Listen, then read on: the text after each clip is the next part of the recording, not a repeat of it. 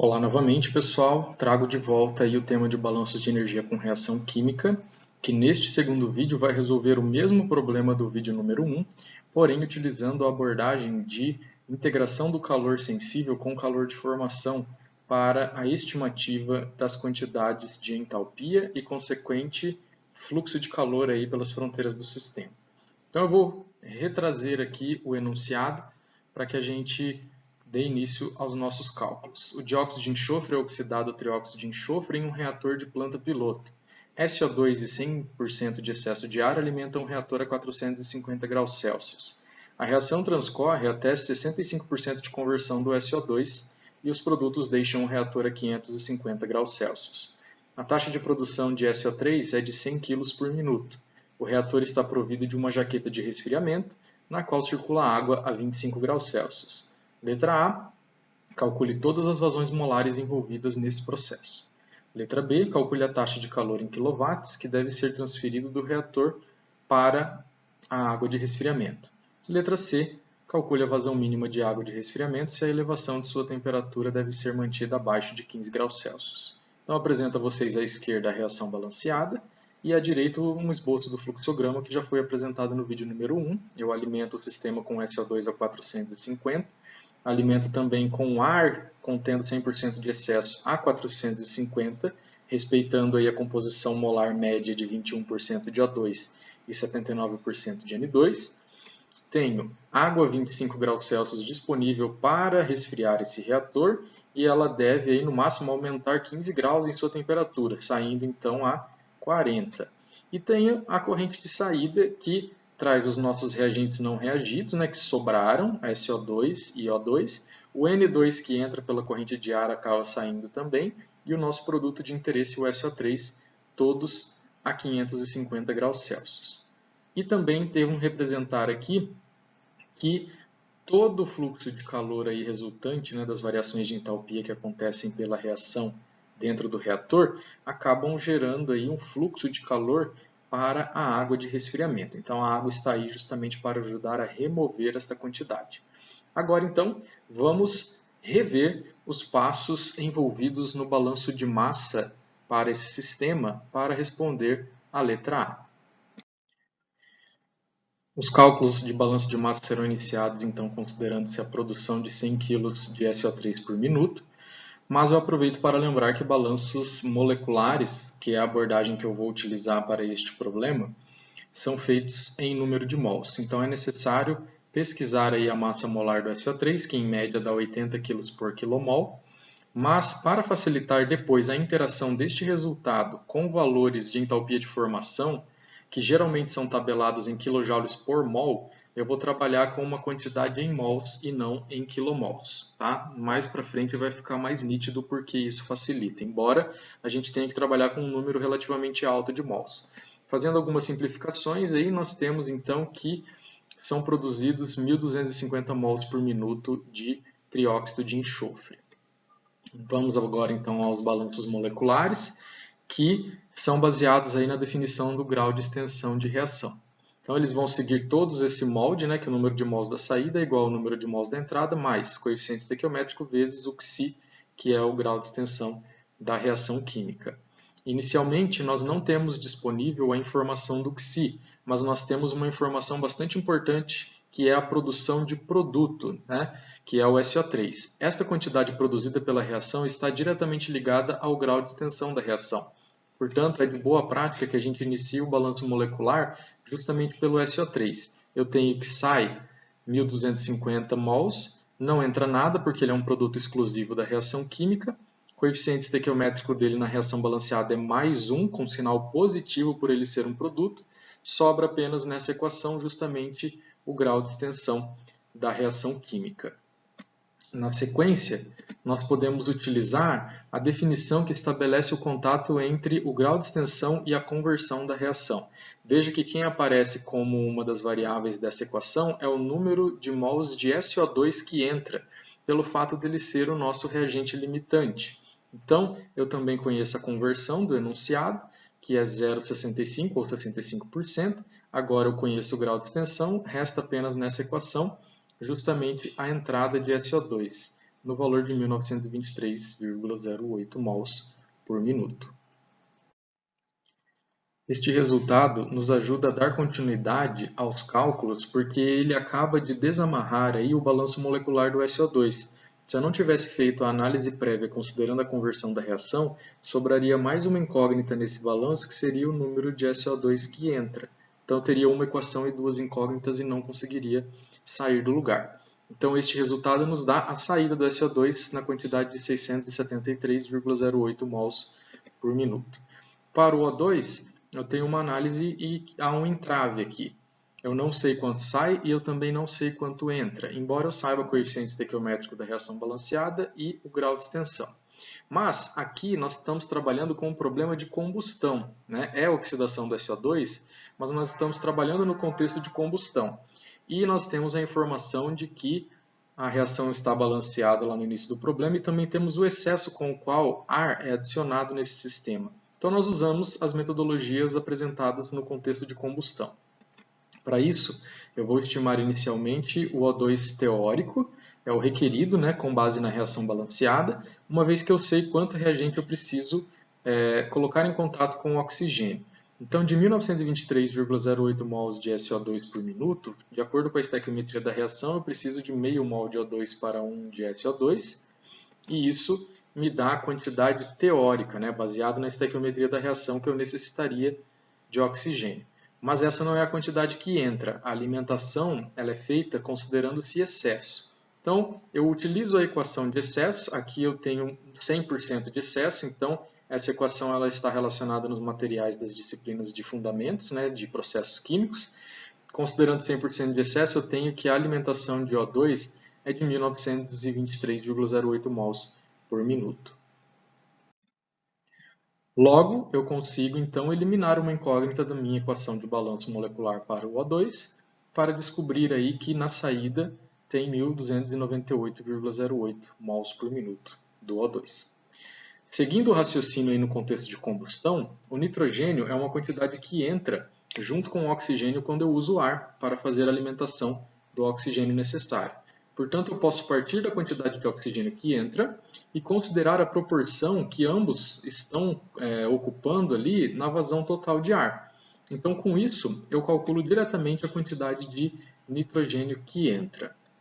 Eu posso fazer, então, o formalismo de um balanço molecular para o nitrogênio, mas para substâncias que não participam da reação química, eu considero que o coeficiente estequiométrico dele na reação é zero, portanto, o número de N2 que sai é igual ao número de N2 que entra.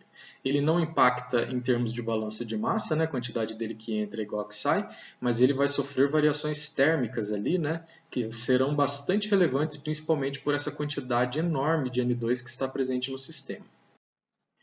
Aqui então eu trago a vocês o nosso fluxograma agora rotulado com todas as vazões molares já estimadas por meio do balanço de massa, exceto a vazão mássica da água, que entra 25 e sai a 40, porque esta quantidade deve ser estimada obedecendo o balanço de energia. Então a próxima etapa agora para trabalhar com a resposta da letra B é justamente fazer um balanço de energia para esse sistema, que vai se basear aí na primeira lei da termodinâmica, considerando então um processo estacionário, né, onde não há acúmulo de energia, não há evidências que variações de energia cinética e potencial relevantes aconteçam no sistema, e a realização de trabalho também é algo que não fica evidenciado para este sistema.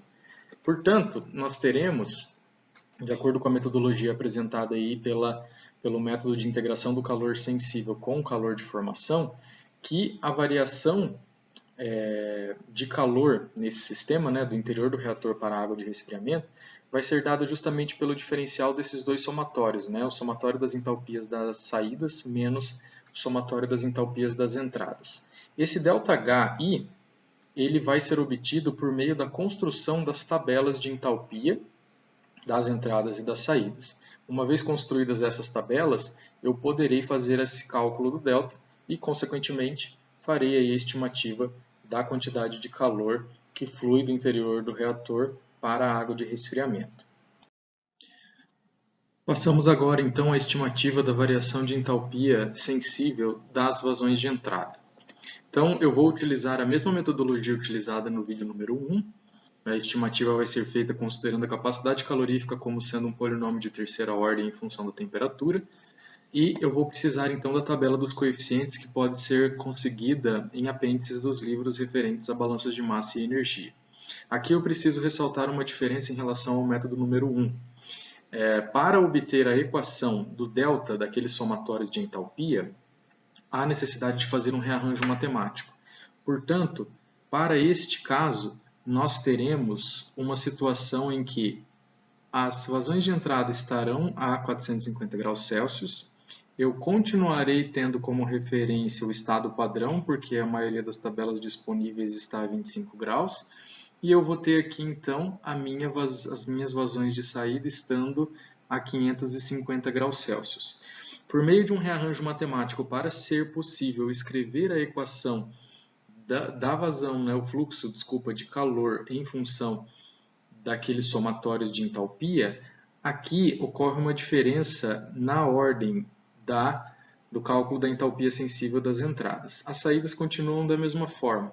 Tá? Aqui eu vou ter então a estimativa do meu ΔH de reação e aqui eu vou representar as entalpias de entrada sensíveis e aqui as de entalpia sensíveis, representando aí essa parte hipotética de levar todo mundo a 25 e depois levar todo mundo para a temperatura de saída. O que acontece é que o passo de arranjo matemático acaba invertendo estes limites de integração, aqui eles já estão corretamente representados. Então essas integrais elas serão avaliadas de 25 a 450. A explicação para isso é puramente matemática e é necessário conferir aí os passos para a obtenção da equação que define calor em função da diferença dos somatórios de entalpias das correntes de saída e das entradas, como foi apresentado nos slides anteriores. Em relação ao método número 1, o que muda, devido aos coeficientes serem idênticos e a integral ser a mesma, é justamente o sinal. As entalpias sensíveis das entradas, ao mudar o limite de integração, elas terão sinais positivos. Então, nessa metodologia, eu não vou ter a etapa de fazer o somatório das entalpias sensíveis. A gente vai agregar esses resultados na tabela de entalpias que eu vou apresentar mais adiante, que é o que dá base para este segundo método. Em relação às entalpias sensíveis das correntes de saída, a ideia é muito semelhante em relação às correntes de entrada. Vejam que aqui já está adequado aí o limite de integração, né, de 25 à temperatura da saída, que é 550. O polinômio continua o mesmo, os coeficientes também pesquisados na mesma tabela. Então aqui eu apresento a vocês as entalpias sensíveis em kJ por mol, que continuam idênticas ao método número 1. Tá? Mas aqui também eu vou omitir a etapa de somatório, a gente não vai precisar somar como a gente fez no método 1, porque essas informações serão agregadas na preparação das tabelas de entalpia das entradas e das saídas. Agora chegamos à etapa então de montar as tabelas de entalpia das entradas e das saídas, justamente para buscarmos aqueles somatórios que estão envolvidos na definição do fluxo de calor do interior do reator para a água de resfriamento. A tabela, tanto para as entradas quanto para as saídas, ela vai ter que conter os seguintes itens. O composto de referência para fins de organização. Na segunda coluna nós alocamos aí o balanço de massa, né, o número de mols estimados para as entradas e para as saídas. Na terceira coluna deveremos preencher as temperaturas nas quais as correntes se encontram. Neste caso é até simples porque todas as entradas estão a 450 e as saídas a 550. Mas pode haver problemas em que há uma variabilidade de temperaturas, né? Então é muito importante que você localize qual temperatura corresponde a cada substância que entra e que sai do seu sistema. Na sequência precisaremos pesquisar os ΔH de formação para cada substância. Aqui literalmente é um ato de pesquisa, você confere numa tabela apropriada e preenche nessa tabela. Depois, a coluna dos ΔH sensíveis, que nós já estimamos em etapas anteriores. E, por fim, justamente a coluna do ΔH que mais importa para nós. E aí, depois que apresentar a tabela finalizada, eu comento com vocês como é que se obtém esse ΔH. Então, vejam, aqui estão os valores estimados, né? As substâncias organizadas, o balanço de massa, as temperaturas Vejam que, por convenção, substâncias como O2 e N2 não têm ΔH de formação, mas o SO2 tem. Ali estão alocados, então, os ΔH sensíveis. E, justamente, pessoal, esse ΔH da última coluna, ele corresponde a um cálculo bastante importante, que é o que fundamenta o nome desse método. O método nos diz que ele é baseado na integração ou na junção do calor de formação ou entalpia de formação com o calor ou entalpia sensível. Então, veja, tanto o ΔH de formação quanto o ΔH sensível estão dados em quilojoules por mol. Integrá-los ou juntá-los é literalmente executar aí a soma dessas quantidades. E essas metodologias são apresentadas em material apropriado. Então eu vou somá-las e elas vão me resultar aí num valor em kJ por mol, mas eu necessito da multiplicação pelo balanço de massa. Ou seja, eu vou literalmente pegar este valor aqui, somar com o ΔH de formação e a soma eu vou multiplicar pelo valor do balanço de massa da substância correspondente. Literalmente este resultado é preenchido nesta coluna, mas este é o ΔH para apenas uma das substâncias. Você vai executar esse passo para todas elas. Vejam que as próximas não vão incluir a contribuição do ΔH de formação. Então vai ser apenas um produto do ΔH sensível pelo balanço de massa. E depois é justamente nesta posição aqui que se encontra o somatório de todas estas entalpias, como está lá na equação que foi apresentada anteriormente, né? Aqui no caso, para as entradas. Então, este ΔHI é justamente dado por esta soma, né? Que é o que os livros chamam de integração do calor de formação com o calor sensível. Tá? Então, basta que você some esses dois, ΔH de formação e ΔH sensível, multiplique essa soma pelo balanço de massa e preencha a sua última coluna. Então veja que a linha do total é a linha referente ao somatório das entradas. De forma similar, nós passamos ao preenchimento das informações importantes, só que agora para as saídas. Os ΔH sensíveis já foram estimados e nós, mais uma vez, integramos, né? Juntamos ΔH de formação com ΔH sensível e essa junção eu multiplico pelo balanço de massa. Veja que neste método eu não calculei o ΔH de reação de forma explícita, ΔH-RXN. Por quê? Porque justamente o ΔH de formação é quem representa essa contribuição. Então, para esta metodologia, não é que eu não calculo o ΔH-RXN como no método 1. Na verdade, eu abro ele na sua definição em função do ΔH de formação e organizo isso na forma de tabela. O ΔH de reação está incluso nestas etapas de montagem e manipulação da tabela. Agora, após a organização das tabelas das entradas e das saídas para as entalpias, é possível resgatar a definição obtida do balanço de energia já escrita na forma considerando o método de integração do calor de formação com o calor sensível. Então, esses somatórios são resultados da tabela, das tabelas, como visto anteriormente. Então, eu posso substituir os valores, cuidando dos sinais de maneira adequada. Eu digo isso porque este sinal aqui, ó, de menos, marcado em vermelho, ele é da definição, mas veja que o somatório das entradas me resultou num valor negativo. Eu preciso considerar da maneira adequada este equilíbrio entre os sinais, porque senão eu posso ter chances de cair no erro de inverter o sinal por não estar lidando da maneira correta. Uma inversão de sinal vai me dar um resultado de fluxo de calor positivo quando fisicamente eu sei que esse calor deve ser negativo porque ele deixa o interior do sistema de análise rumo às vizinhanças, que é a água de resfriamento. Então, esta etapa é bastante importante e deve corresponder ao que se espera da interpretação física dos resultados de análise de um problema como esse. Então, aqui você pode terminar os seus cálculos, resultando aí num valor em kJ por minuto de 81.162,8, negativo justamente para representar que o calor sai de dentro do reator e ruma para suas vizinhanças. A alternativa nos pede que esse resultado seja dado em quilowatts. Algumas simplificações são feitas nas unidades para resultar aí então em menos 1.352,7 kW. Essa é a resposta da letra B, e aqui eu faço questão de ressaltar a equivalência dos resultados fornecidos, independentemente do método utilizado.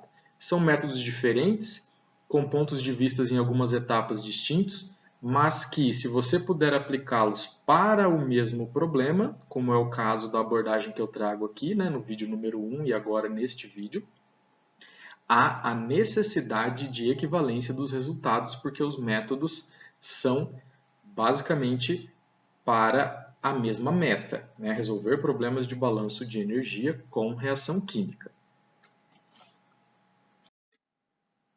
Passamos então a uma análise de balanço de energia tomando a água como nosso sistema de interesse, né?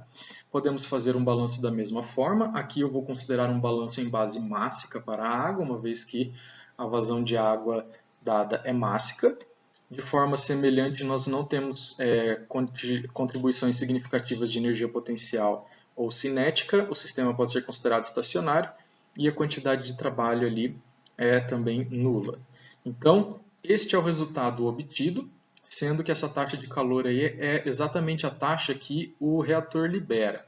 Uma observação que tem que ser feita, pessoal, é a seguinte: se eu estou tomando a água como o meu sistema de referência, né, e fazendo um balanço analisando este sistema, isso me diz que agora, né, a taxa de calor ela não é mais uma quantidade que deixa o sistema, né? Se as minhas fronteiras agora estarão aqui, né, nos entornos da própria substância de interesse. Então, há necessidade de uma mudança de sinal, porque agora o calor vem de uma região externa e vai adentrar ao sistema de interesse, que para nós agora é a água. Isso tem que estar bem na mente de vocês para não errar aí as previsões por cálculos, tá? A água é uma substância líquida que naquela faixa de temperatura a gente pode aproximar aí como tendo capacidade calorífica constante. Portanto, isolando a vazão mássica da água, eu tenho, isso é uma ordenação literal, né? Menos taxa de calor do reator, dividido por Cp vezes o delta de temperatura entrada menos saída. Trocando os valores, e é justamente disso que eu estava falando, né? Vejam que aqui ó, a taxa de calor é considerada positiva porque agora calor sai da vizinhança e vai para dentro do sistema. Esse sinal de menos que está aqui no numerador é um resultado do rearranjo da equação e ele vai ser cancelado com o sinal de menos que vai surgir aqui no delta das temperaturas, né? Então você vai ter uma vazão mássica positiva. Se você não atenta para este fato, né, nessa mudança de convenção devido à mudança do olhar em quem é o seu sistema nessa segunda etapa, você vai obter uma vazão de água negativa e isso fisicamente não faz sentido. Então eu posso simplificar algumas unidades para concluir que para que eu tenha uma vazão de água que entra a 25 graus Celsius e sai no máximo a 40, eu vou precisar de, no mínimo, uma vazão de 21,55 kg de água por segundo para manter ali o reator perdendo, né, liberando aquela quantidade prevista na letra anterior. Tá? É um problema trabalhoso. Problemas envolvendo reação química tem todo esse critério, né, principalmente quando entradas e saídas não estão na mesma temperatura. E principalmente não estão na temperatura padrão de 25 graus Celsius. Mas é uma experiência bastante interessante e para problemas que podem ser considerados em estado estacionário, tanto em relação à massa quanto à energia, é uma abordagem que dá resultados bastante importantes para a prática. Espero que vocês tenham aproveitado e até a próxima.